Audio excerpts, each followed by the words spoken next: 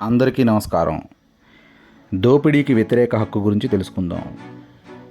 ఇది మన భారత రాజ్యాంగంలో 23, 24 ఆర్టికల్స్లో రాయబడింది. ఆర్టికల్ 23 ఏం చెప్తుందంటే, దోపిడీకి నిషేధం అంటే ఈ హక్కు ప్రకారం మనుషుల అక్రమ రవాణా, బలవంతపు శ్రమ చేయించటం, రుణ బానిసత్వం ఇవన్నీ పూర్తిగా నిషేధించబడ్డాయి. ఎవరైనా బలవంతంగా పని చేయిస్తే లేదా బానిసలా వ్యవహరిస్తే అది చట్టవిరుద్ధం.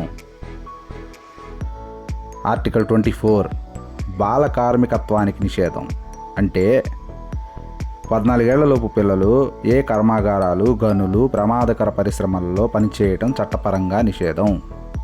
పిల్లలను ప్రమాదంలో పెట్టే విధంగా పనులు ఇవ్వటం నేరం. దీని సారాంశం ఏంటంటే, ప్రజలను దోపిడీ, బానిసత్వం, బాల కార్మికత్వం వంటి అన్యాయాల నుండి రక్షిస్తుంది.